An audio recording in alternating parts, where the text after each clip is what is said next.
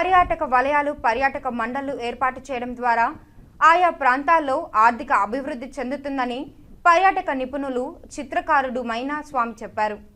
రాష్ట్ర ప్రభుత్వం నుంచి ఉగాది పురస్కారం అందుకున్న సందర్భంగా తిరుపతి ప్రెస్ క్లబ్ ఏర్పాటు చేసిన అభినందనం సభలో మాట్లాడుతూ రాష్ట్ర స్థూల ఉత్పత్తితో పాటు జాతీయ స్థాయిలో దేశ స్థూల ఉత్పత్తి పెరగడంతో కూడా పర్యాటకం దోహదపడుతుందని వివరించారు. అనంతరం జిల్లా మడకశిర సమీపంలోని హేమావతి సిద్ధేశ్వర ఆలయం వద్ద నుంచి తిరుపతి జిల్లా శ్రీకాళహస్తి వరకు ఆలయ పర్యాటక వలయం అభివృద్ధిపై ప్రాథమిక నివేదికను ముఖ్యమంత్రి శ్రీ చంద్రబాబు నాయుడుకు సమర్పించనున్నట్టు తెలిపారు.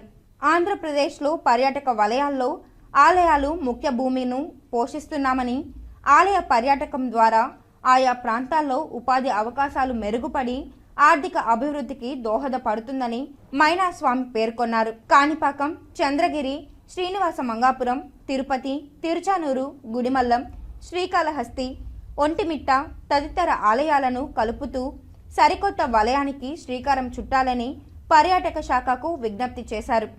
ఆలయ పర్యాటక వలయాలు, పర్యాటక మండళ్లు ఏర్పాటుపై రాష్ట్ర ప్రభుత్వం దృష్టి పెట్టాలని ఆయన విజ్ఞప్తి చేశారు.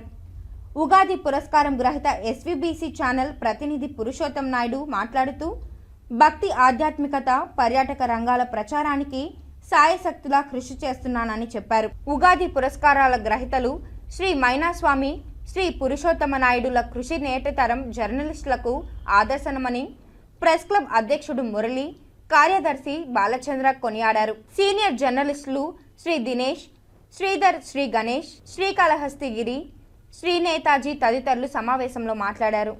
ఏటా ఇచ్చే ఉగాది పురస్కారాలని మన మిత్రులు, మనతోటి సహచరులు మైనా సావన్న అట్లాగే పురుషోత్తమ నాయుడు ఇద్దరిని భరించడం చాలా ఆనందంగా ఉంది.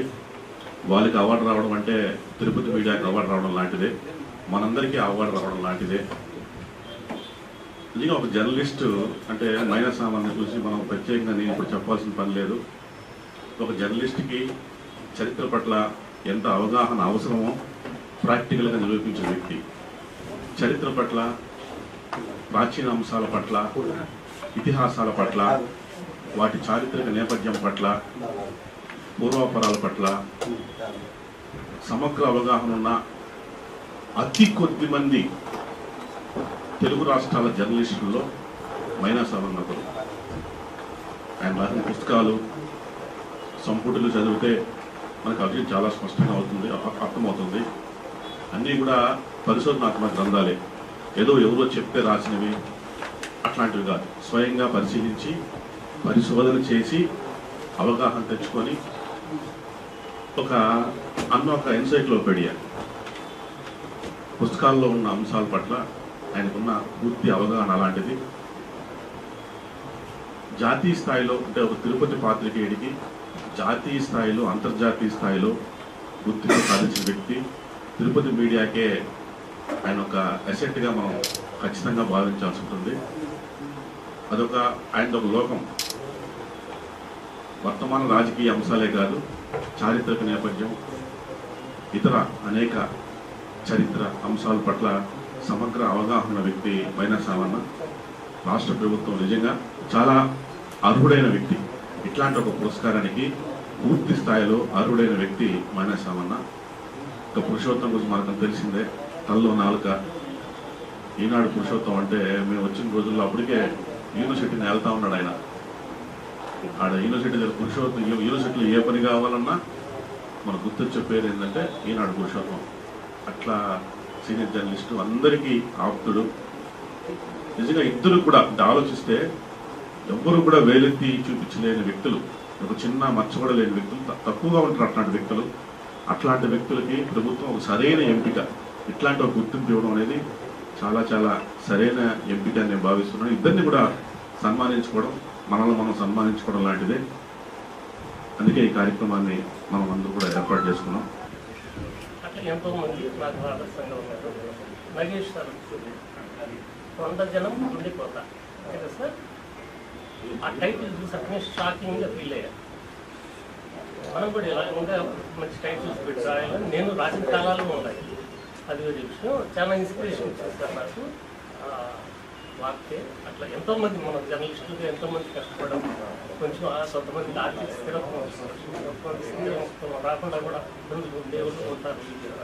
ఇప్పుడు మరీ జర్నలిజం అంటే ఎక్కువ సోషల్ మీడియా ఏదేమైనా నాకు ఈ అవార్డు కావడం నేను ఇంతమంది ఆత్మీయుల మధ్య సన్మానం జరగడం చాలా సంతోషంగా దేవదేవుడిని పర్యాటక రంగం అనేది కేవలం ప్రారంభించేసి వదిలేయకుండా దాన్ని సుస్థిరతం చేసుకోవాలి, సుస్థిరంగా నిర్వహించుకోవాలి. దాన్నే ఐక్యరాజ్య సమితి వాళ్ళు ఒక నిర్వచనం చెప్తారు, దాన్ని సస్టైనబిలిటీ అని చెప్పారు. కాబట్టి మన తిరుపతి కూడా అటువంటి కేంద్రము క్షేత్రము. అందుకనే నేను మొన్న ఒక నివేదిక తయారు చేసిన, ఏమని, హేమావతి పర్యాటక వలయము అని చెప్పి తయారు చేసి, ఎక్కడి నుంచి అంటే హేమావతి అనేది మన రాష్ట్రము అనంతపురం జిల్లాలో మొదలయ్యే దగ్గర నుంచి, పూర్వ అనంతపురం జిల్లా ఇప్పుడు సత్యసాయి జిల్లా, అక్కడి నుంచి మొదలు పెడితే ఇది మొదటి వలయం, శ్రీకాళహస్తితో ముగిసే విధంగా. అంటే మొత్తము ఆలయాలు, కోటలు, తర్వాత పర్యాటక ప్రదేశం ఇవన్నీ వస్తాయన్నమాట. 459 కిలోమీటర్లు హేమావతి నుంచి శ్రీకాళహస్తి వరకు ఉన్నటువంటివి అన్నీ కూడా ఆలయాలు, కోటలు అన్నీ మొత్తం క్రోడీకరించి, వీటిల్లో ఏమి చేస్తే మనకు పర్యాటక అభివృద్ధి జరిగి ఆర్థికంగా మనకు ఈ ప్రాంతాలకు మేలు జరుగుతుంది అని ఒక ప్రాథమిక నివేదికను తయారు చేసి ముఖ్యమంత్రి గారికి ఆగస్టు 13వ తారీఖు ఇచ్చారు. ఇస్తే వారు వెంటనే కేంద్ర ప్రభుత్వానికి పంపిస్తే చాలా అద్భుతంగా ఉందని, ముందస్తుగా అంటే ఎటువంటి డిపిఆర్ అంటే పూర్తి స్థాయి నివేదిక లేకుండా కేంద్ర ప్రభుత్వము 100 కోట్లు విడుదల చేసింది.